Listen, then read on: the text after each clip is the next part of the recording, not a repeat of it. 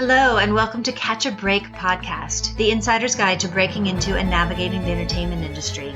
Season 2 of Catch a Break is brought to you by Cachet, the production credit card. Manage your cards and spend in real time and get cash back on every dollar you spend on your show with Cachet. I am Julie Harris Walker, and today on the podcast we'll be talking about crowdfunding with Emily Best and Jonah Feingold. First, Emily Best is the founder and CEO of Seed&amp, an online crowdfunding and subscription streaming platform for content creators and audiences that emphasizes diversity and inclusion. In addition to her work at Seed&amp, Emily produces films, series, and VR that have premiered at Sundance, South by Southwest, and other festivals. So Emily Best, thank you for joining us. Thanks for having me. Now, the question we ask everybody is, what was your very first job in the industry and how did you get it? Nobody gave me a job in this industry, and I never meant to be in it in the first place, is the honest to God truth. Oh, that is intriguing. I guess if you count my days as an actor, although I sort of see that as like in some ways orthogonal to the people who are trying to make the movies. And I say that only because when I was an actor, this is personal, right? This is my view. I really saw myself as like a secondary character in things. And I was mostly working in theater. And so I guess my first job in the industry was like I booked an industrial for Planned Parenthood, I think it was. And so I guess that was my first job in the industry. And I did some voiceover to make a living as an actor. But for the most part, I never thought of myself as a person trying to be in the pictures. Mm-hmm. Like that was not part of my self-conception at all. I had a really long and weird trajectory. I was running restaurants for a long time, dipped my toe into the world of financial consulting. I was not consulting people on finances. I was consulting for businesses that happen to be financial institutions, as one does. I did some policy work in the state of California. Like I had a really weird 20s. But I was producing theater in New York in 2009, something. And we were doing a site-specific run of Hedda Gabler, which is, like Hamlet for women, right? Mm-hmm. It's the role that every woman of a certain age wants to play. And an actress, Caitlin Fitzgerald, was playing Hedda Gabler at night, and during the day she was being asked to go audition. She had like big agents at that time. She'd just done a Nancy Meyers movie. And so she was getting auditions for like every big indie movie out there. But being asked to audition as like pretty girlfriend, pretty best friend, pretty girl. While she's doing this big, huge, meaty role. While she had this big, meaty role in theater. And, it's theater, so you go get drunk after the show. And we were like, what is the state of cinema that like doesn't even have a role for a woman like with so much, intrigue and complexity and smarts? And that was really, I was like 30 years old. I turned 30 that summer. And I remember looking up on the screen and being like, oh, there's nobody there that I recognize or admire. And how did I not notice that until now? And so in a drunken stupor, I guess, I agreed to making a movie with this group of women who had made this play together. And that was my first like real job in the industry, is producing a feature film from scratch, knowing nothing. Oh yeah, who doesn't have that story? And I'll tell you what, I got stupid lucky. And this is also maybe a story about historical privilege, right? So my dad went to a boarding school called Andover, which is a very fancy boarding school in the East Coast. And it was his, I hope he doesn't listen to this, 45th high school reunion. And he reconnected with this guy named Barr Potter, who was an attorney and then had come out to LA. And from being an entertainment attorney, became a producer and had produced movies out here for like 30 years. And so he's like, well, why don't you call Barr Potter and see if he'll help you? And bless him, Barr Potter sat on the phone with me for dozens of hours over a couple of months and did, thousands of dollars in free legal work for us and taught me how to be a producer. Wow. From top to bottom. So like we have one of the very first indie movies ever where our chain of title is perfect. It's perfect because I learned producing from an attorney. And that was the way in. But what really happened was we wanted to make this movie with a bunch of really like gregarious, excited women who wanted to tell a story about female friendships that we didn't see represented. Mm-hmm. And I hit a brick fucking wall, excuse my language, every single place I went. When we went for financing, when we went to think about distribution or sales agency, or whatever, I just hit a brick wall everywhere with people saying, we don't know who the audience is for this movie. And I was like, this can't be your answer. Because this can't be your answer.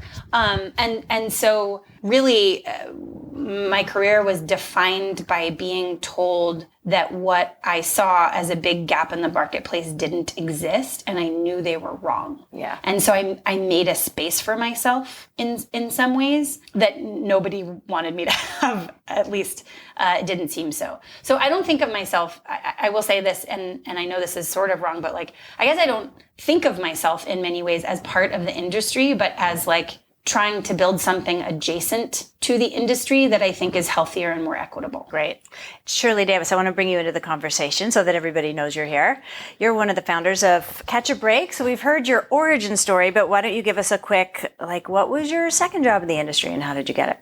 My second job in the industry was for Orion Pictures. Wow. Which was known as being extraordinarily film friendly, and creatives loved coming to. I can see the Orion banner in that's like loomed large in my mind. And it's always presented itself as a cautionary tale to me because I was part of 80% of the team that was laid off when they couldn't make it work financially because they had given up so much control to the creatives. And I always found it to be a little sad because right when they were just going to hit their pinnacle in terms of releasing 2 movies that would have put them back in the black, they had to sell those movies in terms of trying to make back some of their money. And one of the movies was Silence of the Lambs, and the other was Dances with Wolves. Oh my God. So what a bunch of losers who couldn't make a movie.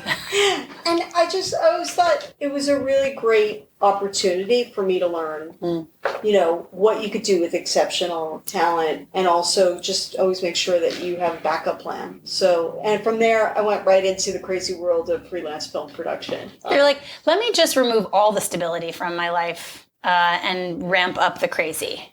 Actually, I think that people that are freelance have a leg up on other people who have worked in regular jobs, which I have done for the last 15 years, it was a foreshadowing of the gig economy anyway. You're sort of more prepared for now than anyone else. That's right. Yeah. And I think that's really helpful, especially if you have to be nimble in any business. Yeah. So that was my second job, which led to my leaping headfirst into filmmaking. It's interesting because the story about Orion Entertainment and what it takes to survive in the gig economy is, and what it takes, I think, to be a filmmaker in so many ways, it's a war of attrition. Yeah. Right? Which I don't think that's a good system, for the record. We're not advocating for it. I'm not advocating for it, but the same is true of startup entrepreneurship. It's like, how long can you hang in there?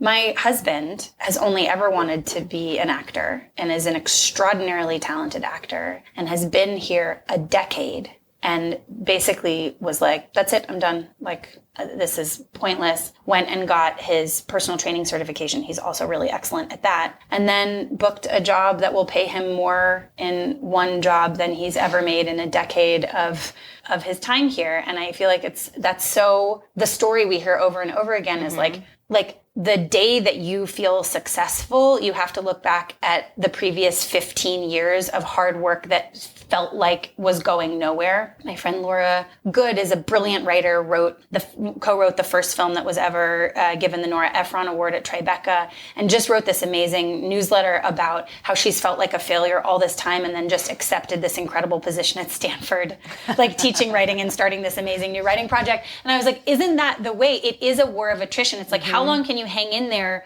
probably feeling like a failure the entire time until somebody's like, psst, all that work actually led up to this thing. Right. It's wild. Right. And I agree with you, actually, that being a freelancer and sort of like feeling those waves as part of the way that you make money definitely gives you the skin for that. But it's also not for everyone. It's rough.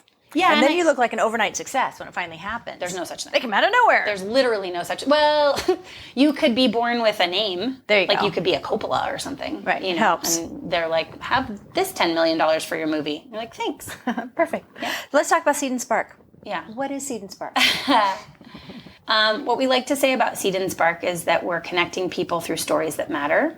And how that works in practice is we have a crowdfunding platform that is built to help make the industry more diverse and inclusive. So it is the most successful crowdfunding platform in the world for movies and shows. More than $21 million has been raised for 1,600 truly diverse, inclusive movies and shows, more than 65% of those outside of major film markets, which I think is really exciting.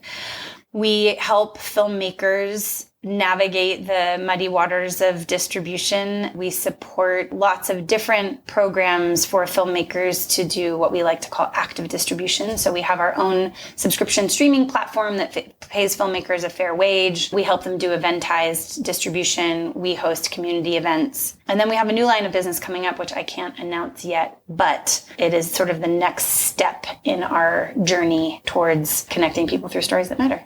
I love it. What made you think I'm going to start a crowdfunding source? So back when we were making Like the Water and everybody was telling us no, we managed to scrape together a little bit of money, we like to say from friends, family, and fools. And Caitlin had just gotten a big SAG residuals check. So she had just gotten a big SAG residuals check from It's Complicated and like invested it in this little, in our little indie movie.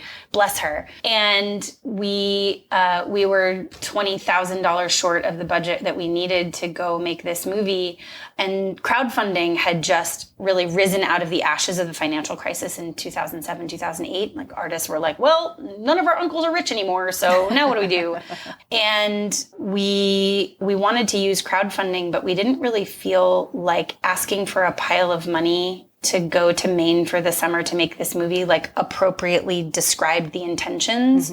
So instead we built a wedding registry, like a wish list of all of the individual items that we would need to make this movie. And what we said is, we want to make this movie that describes female friendships differently than we've seen them before. We are doing it in a community where we have some roots and that, you know, that also wants a thriving film scene. And these are all the little individual items it will take for us to do that. Anything you can do would be great. And we made it possible for people to basically fund what they cared about, right? Whether it was like makeup or camera or grip or whatever. And what ended up happening is we raised $23,000 in cash, but hundreds of thousands of dollars in loans and gifts of locations and goods and services. So a used car dealer in Rockland, Maine, near where we were shooting this movie, asked to read the script and then told us the cars that he thought our main characters would drive and then gave them to us for 6 weeks for no money. Oh my God. Because we agreed with him. We thought his assessment of what cars these characters would drive were really good. And I have 100 more stories like that. And 440 people supported this campaign. And what started happening that I thought was interesting is all those conversations that I was having with sales agents and distributors where they were like, nobody really wants to see this movie. They started leaning in and being like, how many audience members do you already have? How many email addresses? How many markets is that? And I was like, oh, do I have power when I have a direct connection to the audience? How interesting. Yeah. And that's really what started to give me the idea. But it was honestly creators reaching out to me saying, hey, that thing you did, that seems really cool. I feel like I would like to do this for my project. I talked to some people who ran successful campaigns on Kickstarter. And then I started kind of trying to come up with an idea of what it would look like as a platform focused specifically on film. And with a friend of mine built a little, like a wireframe of a website, and I put it on an iPad and I took it to Sundance in 2012. And I just talked to anybody who would talk to me, most especially focusing on the filmmakers who had brought films to Sundance that had raised money on Kickstarter, to just find out like what was hard and what more did they need. And unfortunately, they all said fundraising is hard, distribution is harder. And I was like, but I don't want to go into the distribution business. I don't want to solve that problem. But I realized that effectively a tool to help creators successfully fundraise that then just pumped them into a completely broken economic system was a dumb thing to build. Right. Because it was also at that Sundance that I would learn that independent film, this was like the land of the greatest independent films on the planet. And the best you could hope for is you make an independent film, which I had done, right? I knew how hard it was to finance, build the team, write, direct, shoot, edit, sound design, color correct, get it all the way through to the finish line. And then you have to wait to be picked by festivals and wait to be picked by a sales agent and wait to be picked by a distributor. And every time I talked to a sales agent or a distributor, I was like, you want how much? And I'm sorry, how does that waterfall work? Are you serious? And So I had to do everything independently and then just wait to get picked for every step between me and my audience. And that was called independent film. I'm like, that's dependent film. And I don't want any part of it. And so that was really like, I came back from Sundance in 2012, like fully humbled in the face of what independent film was becoming. And what became clear to me is that like, whatever model there was for independent film was very unfriendly to creators and their sustainability. Creators were always last in line to get paid. And that model was disappearing in the digital landscape. And where we are today is there is no reliable model for independent film, and nobody will say it out loud. Mm-hmm. Like nobody will go on the record saying that right now, except Naomi McDougall-Jones, who's like trying to break it. And me and like tour. Yeah, and a couple of other people to just say like there is no model, and if you want to do a thing in a market that sort of doesn't exist, you have to create your own market. And that was really when we decided, look, we're just going to take this to the mat as an ecosystemic solution. And Seed and Spark is always going to be thinking about how does what you're doing in fundraising affect what you can do in distribution. And we have to be there to support both of those sides always. Otherwise, we're simply not honoring the life cycle of the film or what it takes to actually build a sustainable career. So smart. Okay, people are starting out. What do they need to know? Step one. I think if you want to be, in the studio system, I don't have great advice for you starting out, right? Mm-hmm. If that's your, I think that the best way to build a career is to build in the elements that allow you to be in the driver's seat as opposed to being at the whim. I want it to be independent and not dependent, right? So for me, thinking about your creative career somewhat like a startup and conceiving of yourself not as a creative who's not good at the business stuff, which I don't want to hear anyone say anymore. Think of yourself as an entrepreneur, and an entrepreneur has to be a little bit dangerous at everything, right? So you have to have the creative mind that understands the iterative feedback process of making a creative thing successful and good.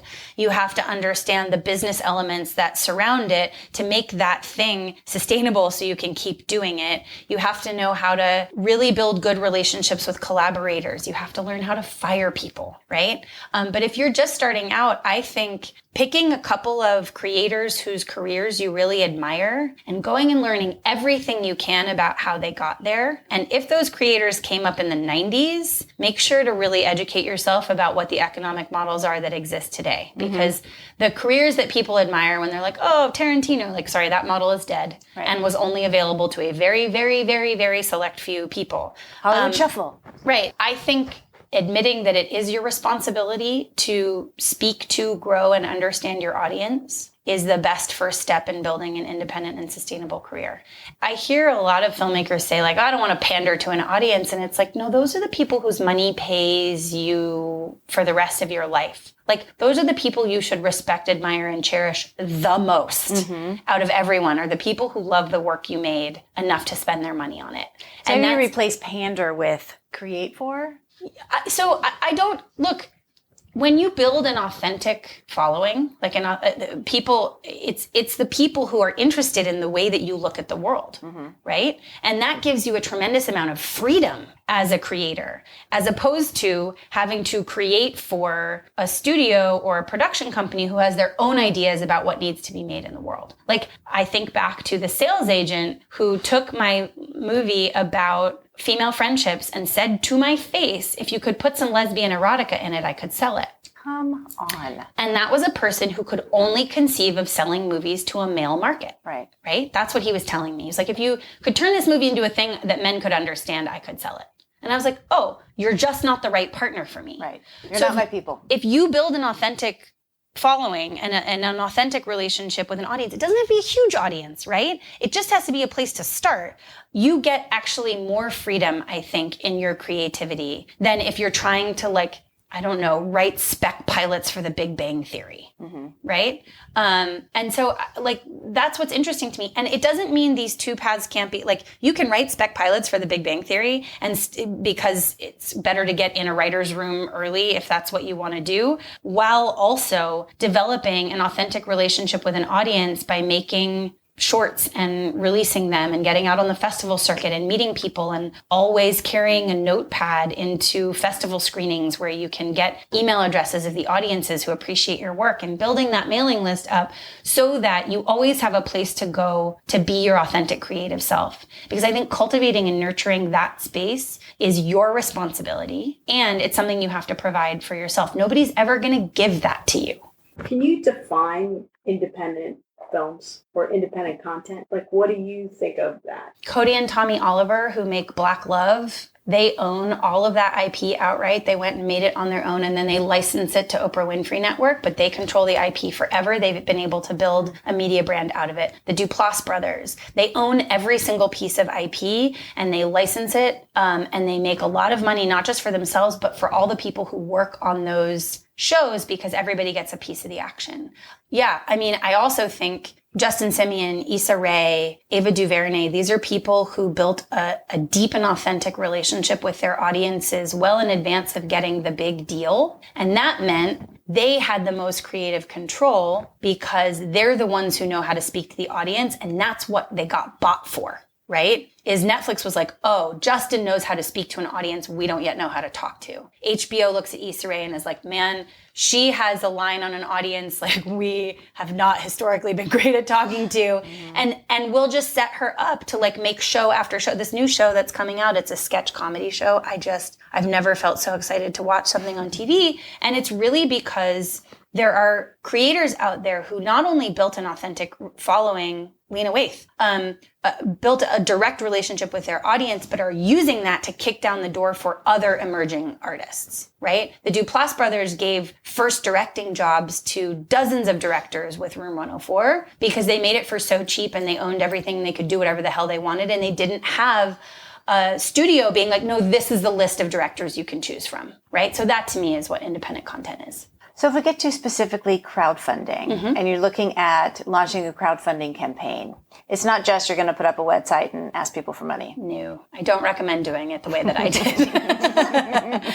First of all, crowdfunding is a lot more sophisticated now than it was in 2011 when I was doing it because it was still new back then. So the novelty of a crowdfunding campaign itself was like a thing. Right. Because now all day long, yeah, in your feed, you'll see it's just not true anymore. So you have to be a lot more sophisticated and pointed. And the truth is, like, I have a 2-hour answer to that question, which is on our website. we have a workshop that we teach all over the country called Crowdfunding to Build Independence because it's not a simple answer, but at a very high level, you have to build the crowd before you can ask them for money. So the work to be done is really everything leading up to the campaign, and the campaign launches at the crest of a wave of momentum that you've been building over time. And that's also why I think it's so important to start building a relationship with your audience and just learning how to do that as a young creative, because those are skills that you need forever, not just for a crowdfunding campaign. Like if you're going to distribute a film, you have to know how to sell things to an audience. So it's a skill set that you'll need forever. And one of the things that like I think is the most exciting about this is if you are making content that you feel like nobody else is making or nobody else has made before, if you are representing an underrepresented voice or speaking to a community that sort of hasn't been heard before, it will also be true that no distributor has ever dealt with that kind of content. You have to take responsibility to teach those people how to speak to your audience. If you don't, they will fuck it up 100%. So the skills that you build in crowdfunding of learning how to reach out and talk to an audience are skills you will have to take into distribution, even if you get picked up by like Sony Pictures Classic. Like Justin Simien's for Dear White People got picked up by Lionsgate, and then they hired him to do the marketing campaign because they knew better than to try to do it themselves, right? Smart. Yeah. Could you talk a little bit about the emotional journey you go on in a crowdfunding campaign? That's the first thing people talk about with me when they bring them up. Yeah, so we have a really hard time as creatives culturally asking for what we're worth because we're told we're worthless. We're told that creative ideas are a dime a dozen, and if you love it, you shouldn't care about getting paid to do it. All of the messaging is what you do doesn't have monetary value. It should just be enough that you get to do it at all, and that is a crock of shit. So I think the exposure. That's right. An artist die of exposure. So I think part of the emotional journey is everything that leads up to the day that you click go live on your campaign is really about, and this is what we teach a lot, is this is not you passing a hat around, taking collections, and this is not you begging for help. And in fact, we've all seen those crowdfunding campaigns where they're begging and it's awful. You're trying to build an authentic relationship with an audience where you believe you have something really cool and exciting to offer them.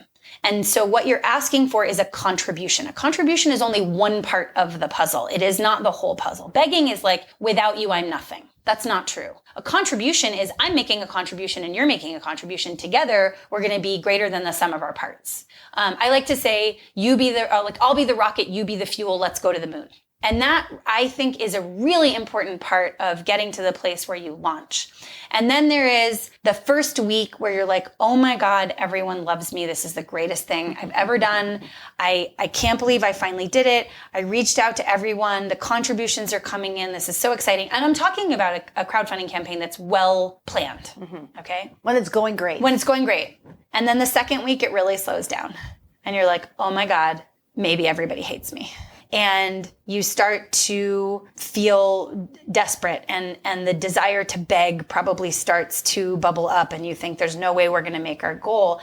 And what great creators all know how to do is turn that terror into creative fuel. And generally speaking, what you see in that towards the end of that second week is a bunch of really cool new ideas, videos, social media campaigns, images, updates, because now the creators are trying to just like throw shit at the wall and see what sticks. And that's awesome because that's like when the creative fire really happens. And in a well-planned campaign, you will actually have said, okay, I know I have to do an update probably in the middle and the end of the second week of my campaign, but I don't know what's going to go in there yet. And because you're feeling a little desperate, you're like, it's got to be great and creative and I'm going to make time for this. And I'm going to like take pieces of the pitch video that didn't make the cut and I'm going to pull from what's happening in the world right now and I'm going to like make a meme and use some GIFs and I'm going to get the word out and I'm going to be like funny and engaging because actually I'm desperate and dying inside, right? And the third week of the campaign will start like that. And then towards the end of the third week, you'll start to see an uptick from all of the work that came out of that quiet terror. And if the filmmaker hasn't given over to outright begging and they're channeling that quiet terror into creative fuel, by the end of the third week, you start to see it tick up again. And then the final week is like a rocket towards your finish line where every day is both terrifying and exhilarating.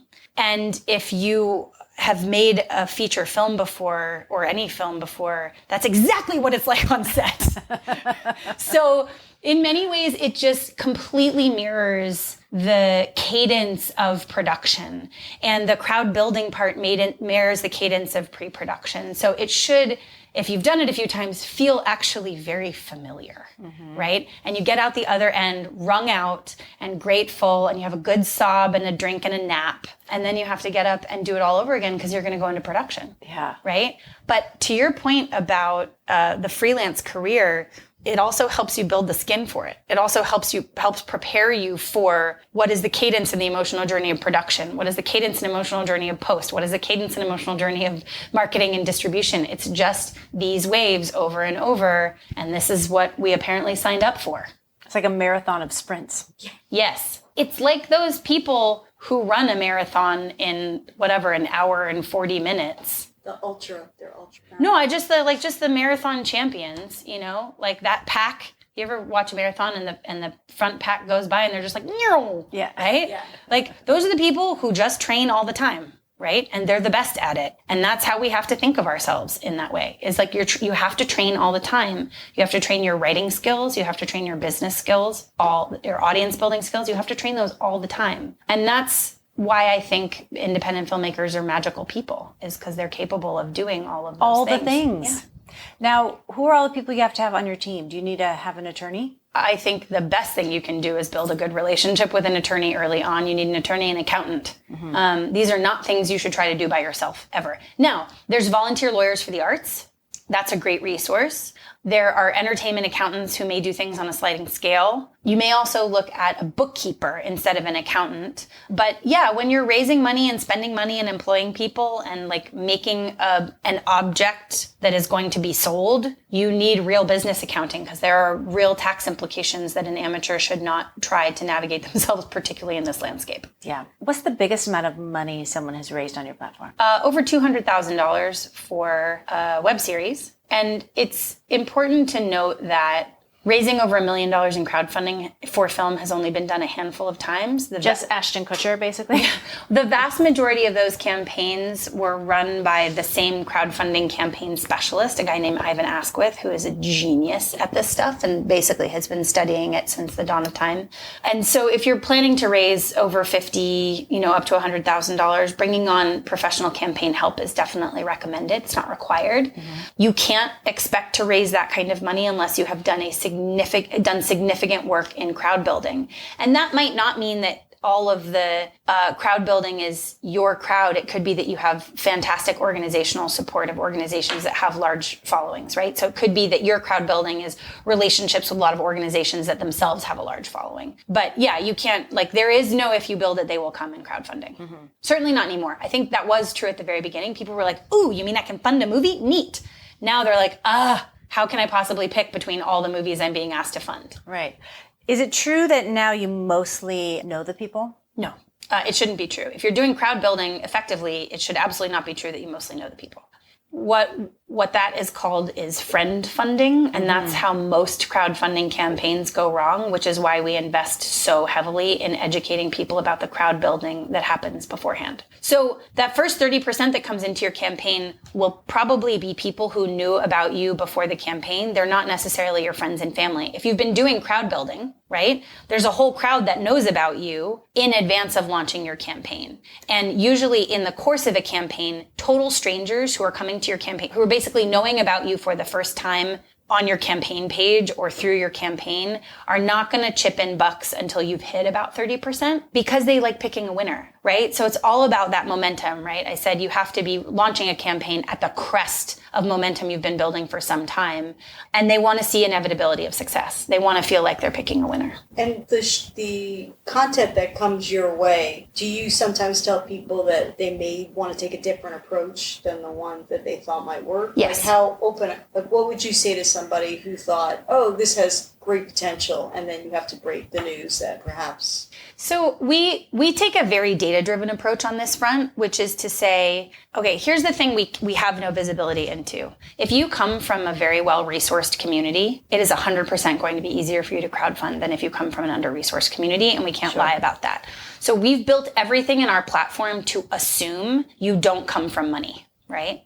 And that's why we evaluate a campaign based on if you want to raise this much money, we think you need a following of approximately this size, a mailing list or partners that can help you reach this many people or whatever. And, filmmakers have lied to us about it and discovered that is a crappy thing to not have prepared for, right? And I think we've gotten it wrong one time ever, that we said to somebody this does not look like it's in shape to raise the amount of money, and they went somewhere else and raised the amount of money. We got it wrong one time.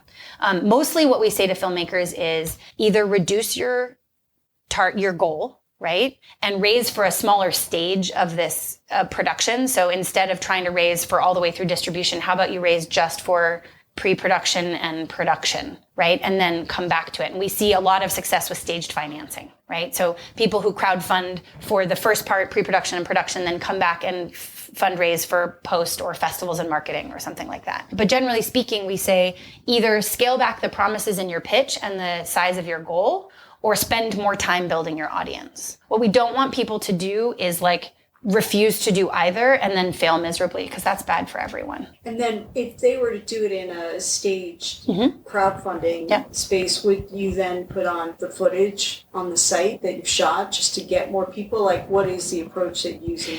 Yeah, so there's a bunch of interesting examples of this. Some filmmakers, once they go into post, really start to show, and I will say post-production campaigns, especially for narrative films, have quite a high success rate because in terms of inevitability of success, if it's already in the can, it's a lot easier for audiences to know that this is going to go all the way, right? So post-production campaigns are actually quite successful. Yes, it would be sort of insane if you were like, we already have all this footage in the can. We're not going to show any of it to you. You want to fund us, right? Like that would not make a lot of sense. I promise it's good. Yeah, exactly. But particularly for people who like start the fundraising process in pre-production and fundraise 2 or 3 times throughout their production process, by the end they've built such a close relationship with their audience that they can kind of get away with whatever they want in the pitch videos. They can be really playful, even if it's a drama film. They can do a lot because now they have a lot, like I said before, they have a lot of creative freedom because they've built a real relationship with their audience, and they know that, you know, an audience for dramas doesn't never like to laugh, for example. So I think sort of the more you invest in the process, the more freedom you have within it. And yes, if you've shot it and you're asking people to fund it, you should show some of that to them for sure. How important are I don't know what you call them, the gifts, the packages? The incentives. That's what I'm looking for. Yeah, they're important at different levels to different people, right? So a really great incentive can drive a lot of total strangers to your campaign really just for the incentive. For example? Well, I'll give one from my own campaign. I co-created a web series called Fuck Yes. They are digital shorts about sexual consent. And while normally we discourage filmmakers to manufacture stuff because that's not what we're in the business of doing, we made condoms and we made sweatshirts because the branding was really beautiful and it says Fuck Yes and that works really well. And those were super popular. It ended up in a small sweatshirt side hustle, which was the last thing I wanted to create. But, you know, when you have a really cool brand, or this wasn't on Seed and Spark, and this was years ago, Andi Timoner, who is a well-known documentary filmmaker, was raising a lot of money for a crowdfunding campaign and created an incentive specifically for businesses with a lot of money that was like, if you contribute, I think 10 grand, we'll come shoot your business product video. So basically she was providing a service, right, that was so valuable to the businesses. Yeah. And it was providing a giant chunk. The Texas Theater in Dallas, when they were fundraising to finance their digital projection system on Seed and Spark, they started selling their advertising space through their crowdfunding campaign, right? Smart. And so in some ways, it's just like pre-revenue, right? Yeah. Although the person who was making the videos, it's like they created a whole nother full-time job they had to go do. Oh, yeah. In addition No, to yeah, you got, the film. Incentives are for real an investment of either money or time, and you have to budget for it like you would anything else in your production. That's really important. I like incentives that bring people into the story world, right? That are engaging, and there are some great incentives that are like visual and shareable. So I like to tell this story. I contributed $25 to a crowdfunding campaign for a movie called Time Signature. This is years ago now, but it's still one of my favorite stories. And Sean Mannion, the creator, is brilliant at Photoshop. So he wrote to all of his supporters in the first week, and he was like, hey, if you could go anywhere in time, it was a time travel movie, if you could go anywhere in time, where would you go? And based on the answers, he Photoshopped people into these locations. So my friend said the moon landing, and he found a photo of her on the internet on a camel. And it was a perfect Photoshop of her landing on the moon on a camel with like the perfect amazement. And every single one of them was brilliant. And he collected them into a gallery on his film's Facebook page. And so all of us were going back and checking the gallery every day. So he drove a ton of engagement. Everybody was sharing them. People were absolutely contributing because they wanted one of these to share. It was so good. Smart. He made one, my friend Max asked to go to the fictional moment in time where Forrest Gump meets President Nixon. And he perfectly positioned Max as like a weird lurker in the background. It was so awesome. Like you can't tell that he doesn't belong there. That's funny. Except that he's not wearing a suit is the only thing. It's so fun. And so those things that create stories and engagement and more trust and reputation as an artist, and like Sean was able to flex a separate set of creative muscles. I think those are really great to think about. It's like what else can I show people as a creator that would delight them? That's a really good point, because I was thinking you were saying of different methods that people are using. It's definitely not for a passive audience. It's not crowdfunding is not a dry thing to do. Like you really have to be engaged on every level. 100%. I mean, just like production, you have to be engaged on every level. It's a physical haul, it's a mental haul, it's a creative haul, it's a collaborative haul. It's a full-time job. So, well, yes, and like when we did the campaign for Fuck Yes, there are 9 co-creators on that, and we all had full-time jobs and just had to divide and conquer, right? So everybody probably had 2-ish hours of work a day on the campaign, but we were able to get it all done because we had a very clear campaign and very clear delineation of responsibilities on the campaign, and that really made it possible. What are some common mistakes you've seen people do? They don't build a crowd in advance of the campaign. They think their community's got them. They think they can build it when they launch, and they are always wrong. They are always wrong. Is it mostly social media? In terms of the Building outreach? your crowd? No. It's in person, it's mailing lists, it's events, it's value add collaborations, it's building partnerships with organizations and brands. It's really like setting up your business to succeed, right? And a business needs customers, it needs partners, it needs sponsors, right? All of those things. It needs investors. So you have to go out in the world and engage. Yes. Like, a person. Like, I think the thing about crowdfunding that's so funny is that everybody hears the word funding first, and everybody's looking for the funding crowd. We don't know where they are. Nobody's found them yet, right? We have to crowd fund. So first we have to build the crowd, and then we get to ask them for money.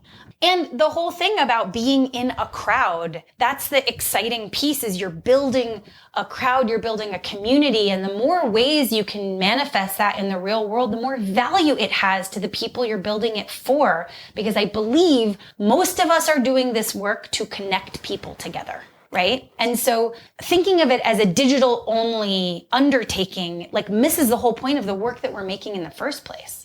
So on our show, we have what we call the martini shot. Oh boy. Which I'm sure you're familiar with, Indeed. the last shot of the day. So what is your very best piece of advice or a thought you want to leave us with? In 1985, my dad moved onto a sailboat in Pier 39 Marina in San Francisco because it was actually the most he could afford to do in San Francisco on his journalist salary. And I grew up living on that sailboat and sailing all the time. And we did a lot of ocean sailing as a kid, which is really about grit and persistence and patience and attention, even when you're really tired. And so I always find myself, when people ask questions like this, going back to some piece of advice my dad has given me related to sailing. It's always related to, because he became a business consultant and all of his metaphors are related to sailing. And I think the one that we talked a lot about, kind of persistence and grit and that what it takes to kind of make it today. And I think it can be completely overwhelming to keep up in the face of all that we're being asked to do. And so I remember one time I was just so sad and tired and fed up with Seed and Spark and all that it was taking to persist. And my dad said, what if you just got really quiet and just did the next right thing right? And in terms of being able to just put one foot in front of the other in a productive way, that's the best piece of advice I've ever been given, because you have to stop, make a little space to consider what the next right thing is, and then just focus on doing that one thing, not 20 things at once, just that one thing. And I really do attribute that mentality to my current success in the war of attrition. Yeah. Thank you so much for doing this. Thank you. Thank you. Now I'm going to speak with Jonah Feingold. Jonah's viral Kickstarter-backed short film, BANGARANG, broke the internet, trending #1 on Reddit. As a writer, he wrote Reality Quest, a short film for Sony's Jumanji marketing campaign starring The Rock. Jonah's first feature film, Over and Over, was recently acquired and released through Comedy Dynamics. He is also the co-host and creator of the dating podcast, Los Angelships. Welcome to Catch a Break. I'm here with Jonah Feingold. Welcome. Thank you. Thank you for having me on the show. Now, the first question we ask everybody is, what was your first job in entertainment and how did you get it? My first job in entertainment there's two that come to mind, and I don't quite remember which one came first. The first one that comes to mind is a movie. I was a set intern for a movie called They Came Together, which was like Paul Rudd, Amy Poehler film that a guy named David Wayne directed and Michael Showalter wrote it. And it was like a $5 million indie Lionsgate movie for a division that didn't last very long. And this is actually a very fitting story. I was listening to a podcast called Mac Power Users, which is a very nerdy podcast about like how to be a more productive user of a Mac. And David Wayne was a guest, and I hadn't really I knew his work, and this is maybe, I don't know, like 9 years ago. And I knew his work as a filmmaker, but I didn't realize he was such a Mac geek. And he talked about his process and his productivity and how he uses Google Sheets when Google Sheets weren't even a thing to like build out your cast list. And I was like, this guy's really awesome, super smart. So I cold emailed him after hearing this podcast. And I was like, hey man, I'm a big fan. I heard your episode of Mac Power Users. I heard you're making this movie. I would literally love to do anything I can to be a part of it. And the next week I was in the production office in Brooklyn being an intern. No way. Yeah. And got to go to set and got to work with him and got, to work with Showalter, who obviously these guys are all very big deals, and Amy Poehler and Paul Rudd and Ed Helms. Yeah, it was a lot of fun, but it came from listening to a podcast. So, and that is the magic of podcasts. It's the magic of podcasting. Yeah. That is awesome. Now, we want to talk to you today about your very successful crowdfunding campaign. Let's talk about that. For BANGARANG, yes. Yes. So that was a really awesome experience. BANGARANG is a play on words from a movie called Hook. It's a movie that I saw when I was very young, and it's the movie that made me want to become a filmmaker. It was the movie that I couldn't stop watching. I dressed up like Captain Hook. I went to school every day dressed as Captain, like weird, but I saw and I was like, okay, I was 3 or 4 and I was like, this is what I want to do for the rest of my life, is make movies like this. It was life-changing. It was life-changing. Cut to, post film school, post having started making shorts, I'm actually out at a bar, and there's a character in the movie named Rufio. Rufio is the sort of self-elected leader of the Lost Boys after Peter Pan leaves Neverland. So I guess I should just, for really quick context, the plot of Hook is that Robin Williams plays a 40-year-old lawyer who has basically lost his sense of childhood. And he doesn't remember where he's from or who he is. And one day his kids are kidnapped by Captain Hook. And Captain Hook leaves a note and says, Peter Pan, I have your kids, come and get them. And he's like, I'm not Peter Pan. I'm just Peter Banning, a lawyer who doesn't have a good family home life. And lo and behold, Tinkerbell comes and says, you're Peter Pan. You don't remember it, but you are. She kidnaps him, brings him to Neverland, where he needs to learn to fly, to fight, to crow, to become Peter Pan, to save his kids. To find his inner child. And that's I think, why the movie is so special, and especially towards the generation of like 90s kids, which this is an important sort of factor when it comes to the success of the campaign. But that's the movie that it was just a very inspirational movie for me. Now, one of the characters who took over the responsibility of Peter Pan is a character named Rufio, played by Dante Basco, who is a really incredible actor. And at the time, there weren't many like Filipino leading kind of badass like action hero types. This is, in like 1991. And so Dante and the role of Rufio was inspirational to all different sorts of people who hadn't seen themselves on the big screen in that way, in that really cool way. So this is also sort of an important factor, I think, once we get to like the success of the Kickstarter. So one night out in Los Angeles, we're at a bar called Delilah, and this is, keep in mind, my phone background is the one sheet for the movie Hook. And Dante Basco walks in, and I see him from a distance. I'm out with a bunch of my friends, and I'm like, holy shit, guys, like that's Rufio. That's Rufio. And I'm like shaking, and I've never seen him before. And he walks by, and I just take out my phone and I point it to him. And I say, dude, like your character, this movie changed my life. He goes, oh my God, that's awesome. And keep in mind, everybody told me not to say anything to him. Everyone was like, don't go do it, dude. Like, leave him alone.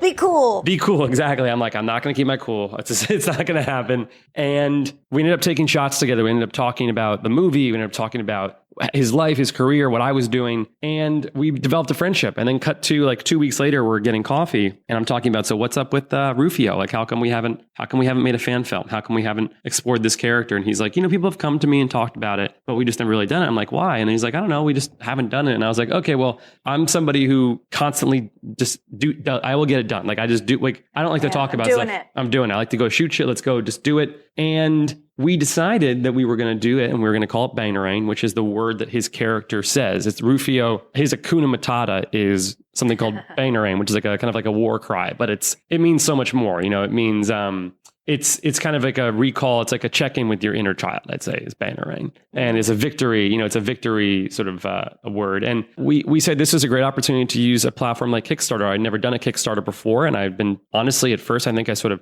would always frown upon people who sent me Kickstarter links. I was like, another one of these, like, what's the point? And half the time I never even see the result, or there's never that transparency that exists between the creator and the funders in a way that I think is worthwhile. So I was very scared. I got told by a lot of people not to do the Kickstarter, which, when typically when people tell you not to do something, that means you should. And just as a general rule of life. As a general rule of, I think a general of like the film industry is like, if someone says stop or it's a bad idea, then it means you're like onto something. And so we looked at Kickstarter and we said, you know what, let's just do this. Let's just there's so many different ways to go about it. There's so many different etiquettes and things that have really succeeded, but I didn't look at any of them. And I just thought, what would I want to see as a fan of this movie and of what we were trying to do? And we were trying to raise money for, I believe we were trying to raise, I want to say 20 or 30K for the short film because it had kids in it. So you had to have the studio teacher. There's a flying sequence. And we just wanted to look really great and make sure everyone kind of got paid a little something. So are you saying that you did not do like any of the best practices, prep and planning and list building and all the things that you're supposed to do before crowdfunding? Well, it's not like we had a list of best practices.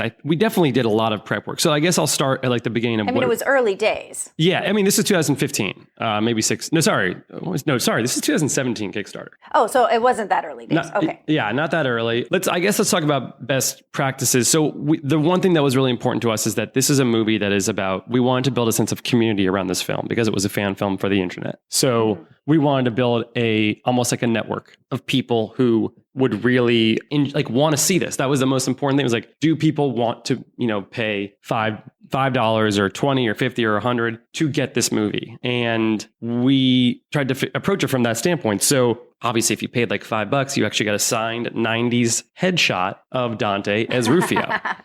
Awesome.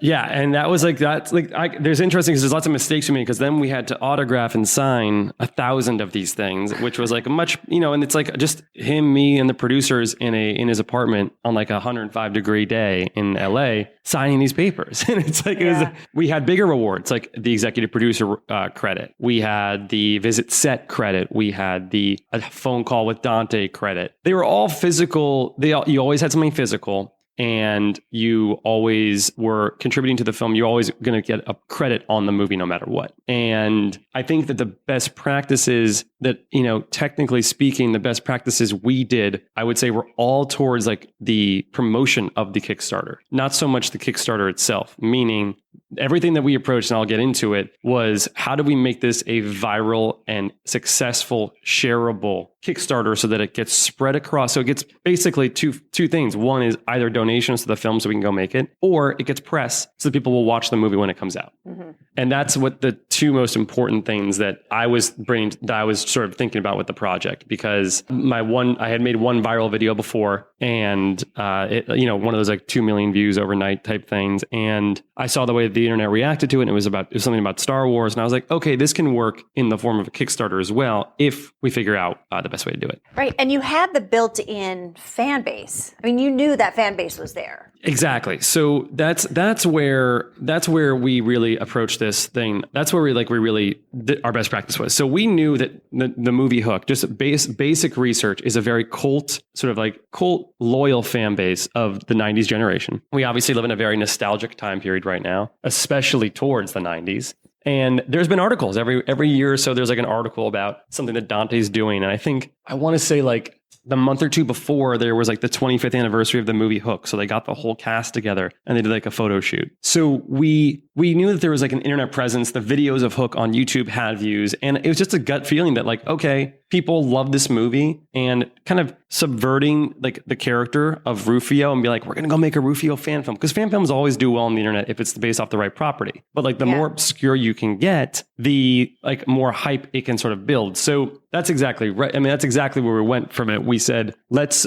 basically approach this from a standpoint of like, hey, Dante Basco is going to executive produce and star in a spinoff of the movie Hook that he once, because again, he was the actual star. He once played the character, 20 years ago. And That's amazing. yeah, it was amazing. And we're going to shoot in LA, and here are production videos. Like when we got some concept art that we put on the website, we explained how the whole thing works in terms of how you make it. We then definitely used YouTube as a really big way to build transparency, showing the auditions, showing the casting process. So it sort of acted as like a behind the scenes participation for someone who is interested in how to make a movie. Oh, smart. Yeah. So you kind of like could kind of join us in that capacity. And then the day that we actually launched the Kickstarter, I was sort of obsessed with, the days that you're supposed to like launch a YouTube video. Like I learned best practices about YouTube because I kind of came up in the YouTube world, and they say release the video on a Wednesday, or release the video on there's certain time frames and for certain days that you're supposed to release things. And so we figured, okay, let's release this Kickstarter on a Wednesday as a way to send it out to like 20 different media outlets and just tweet about it and talk about it. And then maybe people write about it on a Thursday, or maybe they read about it over the weekend. Then it kind of takes its own course of being viral. I have some questions as you're talking. Like, as someone who is starting up a crowdfunding and thinking about doing this, the sending to media outlets piece, how do you do that? How do you find those people and their contacts to do it? Or are you just tagging them on social media? It's a combination of both. So I think for one is, specifically speaking, there's a website called Rocket Reach that is a website that I've used in the past when I wanted to get somebody's email. And it's basically, it has like a database of emails in it, or at least the formatting for certain websites' emails. That's like the most specific, tangible way to go about it. Otherwise, going to vulture.com and looking at the masthead is a way. Finding the author on Twitter, finding the people who write about this stuff on Instagram, on Facebook, on their own personal websites, because they're all sort of like, sometimes freelance writers, and reaching out to them and saying, hey, also figuring out, do they write about pop culture? Do they write about 90s nostalgic? Have they written about the movie before? Mm-hmm. So there's a lot of research that goes into that before you even start. Yeah, there's a ton of research that goes into, like, I think we literally had a list of 50 different places that we thought we could maybe just send this to or get featured on. Film blogs like IndieWire, /Film, pop culture blogs like People, which it got picked up on. Because here's the thing about these media outlets is once one or two of them write about it, then I feel like they're all feeding from the same place, because I saw the same article pop up more or less for 20 different sites that I had never really heard of, but that they were all like very similar in style. And I think their initial push came from us. We found those emails specifically. We reached out to those authors saying, hey, we're doing a Kickstarter. It's about this. Not only is it a kind of rebirth of a character from a movie that you love, but it's a modern day tale. The subject matter of the film is about a kid who's being separated from his mother and runs away to Neverland. And it was topical in that sense. It was topical that we got to cast this young, really cool, diverse cast of kids that, are just super talented, up and coming, LA based. It was, relevant that we got to bring Dante back in there. There was a lot of like why nows, which I think was the key. You had all the pieces of the secret sauce. We had all the pieces of the secret sauce, and this then allowed it to go down this viral machine of being written about, being talked about. And then I think our goal was 30,000, and we raised like double that, and like just about 70. And then there was some other additional things that we obviously got featured on Project We Love, which was sort of their like highlighted section of Kickstarter. We got reached out to by the people behind Kickstarter, and they said, we love this. We want to support this. And obviously then the funny part is like, there's this whole mission of like raising the money for the movie, managing the Kickstarter, making it a viral sensation. And then you still have to make the movie and still has to be good. So Oh, the pressure. Yeah, exactly. But like it's a lot of work. It's a lot of work. But I think the most important thing in our case was that it was a movie. It was like there was just a really specific good why now. It was just the 90s nostalgia mixed in with the opportunity for a fresh young cast. And it's just kind of something you can say like when you're talking to somebody at lunch, like I just donated $5 to the Rufio spinoff movie. And it's like just fun. It's kind of exciting.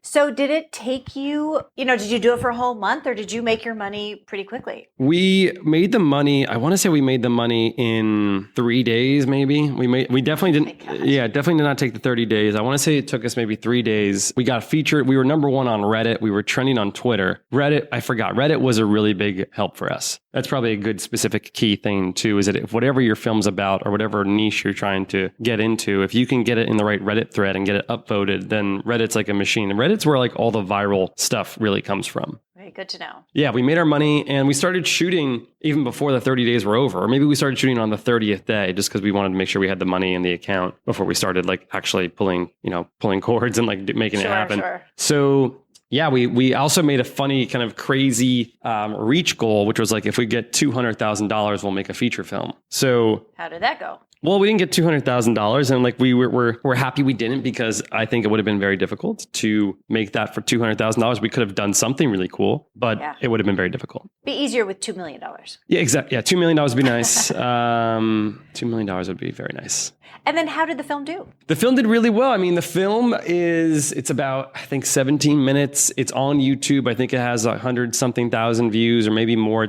It's been like on other websites too, so I'm not sure what the total accumulation is. It was really an amazing experience to like be able to work with the original writer who came to visit set and meeting his son and his daughter and Dante and all the people that wrote about the movie after it was done. It was really an awesome experience. I mean, the movie, it's really hard. If I really love it. I think and a lot of people really like it. Some people are like, sometimes there's always been people who don't love like when you touch their perfect vision of what a movie is. And I'm like, part of me is like, wow, I can't believe I actually tried to mess in the world of the movie that made me like want to be a filmmaker. Like, what a stupid thing to do. But I think it was it definitely stands on its own. I think it's a really heartfelt movie. And, obviously if I can go back and do something differently, of course I would. But I think it's really sweet. And I think a lot of people, I get a lot of notes sometimes from people that's like, I really, I cried. It reminded me when I was a kid like this. And so that's awesome. It's great. We definitely had a little bit of like issues in terms of people who didn't receive their rewards and then them thinking that we didn't give them the rewards. Like it's funny because sometimes people say, I didn't get my poster or I didn't get my signed photo. And it's like, well, okay, we've been trying to get your information from you for months. And so and we definitely did. It took us weeks to like shift through everybody and get it out there. And we definitely did. And then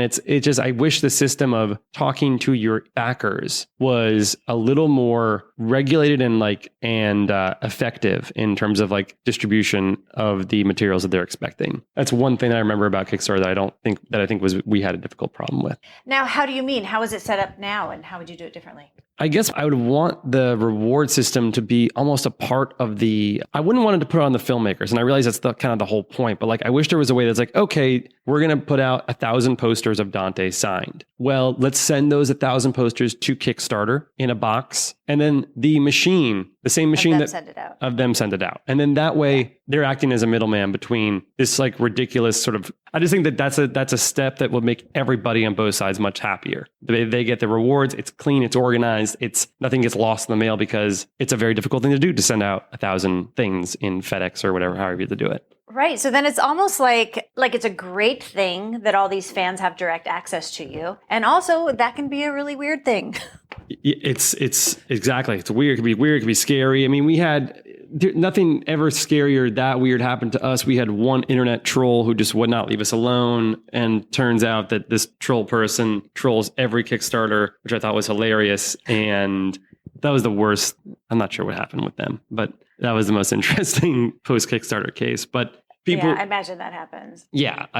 But I think it's a really amazing platform. I like the idea that it definitely got me intrigued on like trying to do a Kickstarter again or a Seed and Spark, which I am curious about, and like doing it for a feature film, because it's kind of a cool way to kind of get your audience built in and excited about the project in a way that otherwise no one even knows it exists sometimes. Yeah, it really is amazing. Now, what is one of the things you wish you had known before you started that you kind of learned the hard way? I think I just wish that I would have known how much, they tell you, I guess I just wish I didn't realize how much work the reward system was going to be. That was the part that just was difficult, because we made the movie, then we're like, we have to go through all these rewards and track them and figure that out. I have to wrangle everybody to get the different assets. That's the one part that I think I would warn everybody on is be careful. Be careful what you're promising. Yeah, be careful what you're promising everybody. Because you might be wildly successful and then you've created this giant job for yourself. Exactly. Giant job for yourself. Also, might budget it incorrectly. Like whatever you had, if your budget's this and then you get 1,000 people donating at the $5 mark, that means you have to get 1,000 more $5 printed headshots in color. So it's just honestly, my best advice though is that's my lesson is be careful what you create, but also maybe take that budget and allocate a certain percentage to somebody to have it be their job to track and manage this. And I feel like there's companies out there that do this. They're like essentially Kickstarter runners, right? That help you with the Kickstarter, that help with the rewards, that basically help you manage raising the money. There are definitely consultants out there in the world, and maybe there are some fulfillment people that might do that. Yeah. And I imagine you have to really budget the price of the item versus the amount you're giving it for. It's 100%. And again, this is like, I guess it depends on what kind of Kickstarter is, but like we're making a movie, like, we're filmmakers. We don't understand any of that stuff. Right. You're not poster makers. Yeah, exactly. So you got to have a really cheap poster if you're going to give it away for $5. Mm-hmm. Do you have any other advice that you would give to people who are thinking about doing this? Yeah. Do it. If you're thinking about doing a Kickstarter, do it. I think, and I say this to myself, it's like, okay, it's an interesting exercise in figuring out what your movie's about and like what you're trying to say with your film to do it this way, because you want to make sure that if you're asking for like $5,000, let's say, that money is probably going to come from your family and friends and extended family and friends. And that's where that's going to come from. And the platform then acts as a way to manage that fundraising. If you're going for a little bit more money, maybe in the 15 to 100,000 range, you're going to need probably a little more help from people that you've never met before. And with the friends and family, you can just say they believe in you. They don't care what the movie's about. I don't think they're saying, I want to help you, Jonah, or, I want to help you get your movie made. And I don't care what it's about, just, go do that. But if you're asking for more, I think you really want to figure out what it is that you're trying to say with your film. Why does somebody want to pay to watch this movie? What are they getting out of the experience? And then reversing engineering that from your movie. Not that every movie needs to have the biggest message or motivation, but like, I think anything that gets made should have some sort of purpose to make you feel something. Is it supposed to, this is going to be the funniest movie you've ever seen? Or it's a movie that's like super topical about saving the dolphins and we need to get it out there. So that's a question that I always ask myself now is like, okay, if I were to go do a feature film, I'm currently obsessed with the romantic comedy genre. And if I were to go make a movie and use Kickstarter as a way to raise money, what would I be trying to say with my romantic comedy about modern relationships that would be helpful to the people who are donating to the movie? Yeah, like who is your audience and what are they looking for? Exactly. Who's the audience? What are they looking for? And why is this beneficial of their time and their hard-earned dollars? So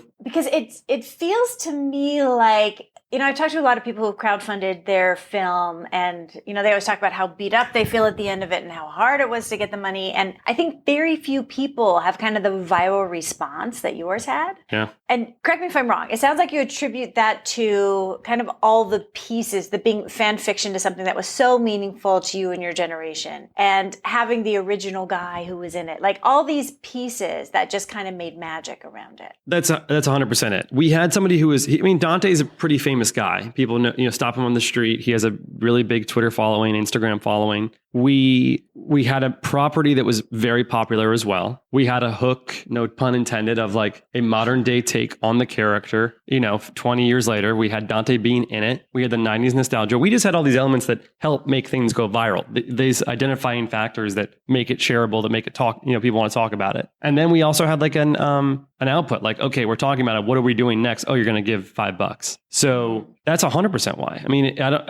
I think if you just obviously had I just launched a Kickstarter that was just a short film about a kid that could fly, I don't think it would have raised $68,000. But like under the context of it being the kid from BANGARANG, then it worked. Right. Okay, here on Catch a Break, we do the martini shot, which, as you know, is the last shot of the day. Nice. So if you had one takeaway for our audience, what would it be? I think that I'll like reverse engineer this from something that I've been telling myself recently, is that if you have an idea and you sleep on it and you still love it and still think it needs to happen, then it should happen. And you should not let the self-doubt and people around self-doubt. I guess not so much people around you. Just don't let that little voice that comes up that's like, you shouldn't because it's stupid or what's the point? Like just if you think it's a good idea for 12 hours, pursue it, do it, complete it, finish it and put it out there and move on. And like, I think that's for me something recently. It's like I suffer from having too many ideas. And then sometimes I think they're not good and I shouldn't pursue them. But that's kind of how I felt about this project that ended up being very successful. And a lot of things that have worked out were like dumb ideas momentarily, then they kind of stuck and then they became a thing and then they helped me in my career. That's probably the best advice I feel qualified to give given my current situation in the film business. I love it. I think you're absolutely right. I think that is great advice. Now, how can people find you and what do you want them to see? You can find me at www.jonaghfeingold.nyc. And I think I want to plug my first feature film that just came out. That is it's a documentary on a comedian named Eliza Schlesinger. If you've ever seen her special Elder Millennial on Netflix, I followed her around with the camera for a year. We made a movie. It got acquired by a company called Comedy Dynamics, and you can now watch it on Amazon and iTunes. Rent it, buy it, whatever. You can. I think it's also somehow been pirated already, which is interesting. Not that How flattering. Yeah, I made it. I want to plug that. I made it. They're stealing my work. They're stealing my work. It's like, I don't get any money from the rentals, but I would say I want to plug that right now, because that's something I'm super proud of, and it's out there and it's watchable. And I think it's a movie that follows her preparing for this Netflix special, but it's really a movie about an artist who's just working their fucking butt off to live their dream, and she's a working professional comedian, and there's a lot. It's a very hard job, and so this sort of gives you an inside look into her creative process, into the travel, into the ups and downs of the whole business, and it applies to anyone trying to do anything that they want to do. I think would enjoy the movie. I love it. Say the title one more time. It's called Over and Over. Great. And it's a documentary about Eliza Schlesinger. Well, thank you so much for doing this. Of course. Thank you for having me on. Really helpful. Yeah, amazing. Thank you. We hope you enjoyed this episode of Catch a Break. We'd like to thank our guests, Emily Best and Jonah Feingold. Please check out the website at catchabreakpodcast.com and follow us on all the social media. Catch a Break is produced in partnership with Catchlight Films, Rose Colored Pictures, and the Other 50%. And it is also sponsored by Crewvy, an online solution for producers to find and promote local crew and production support worldwide. Find them at crewvy.com. That's CREWVIE.com. And thank you to Andrew Jocelyn, who created our theme music, Mantra for a Struggling Artist. Thanks for listening, and be sure to check out our next episode where we break down independent films.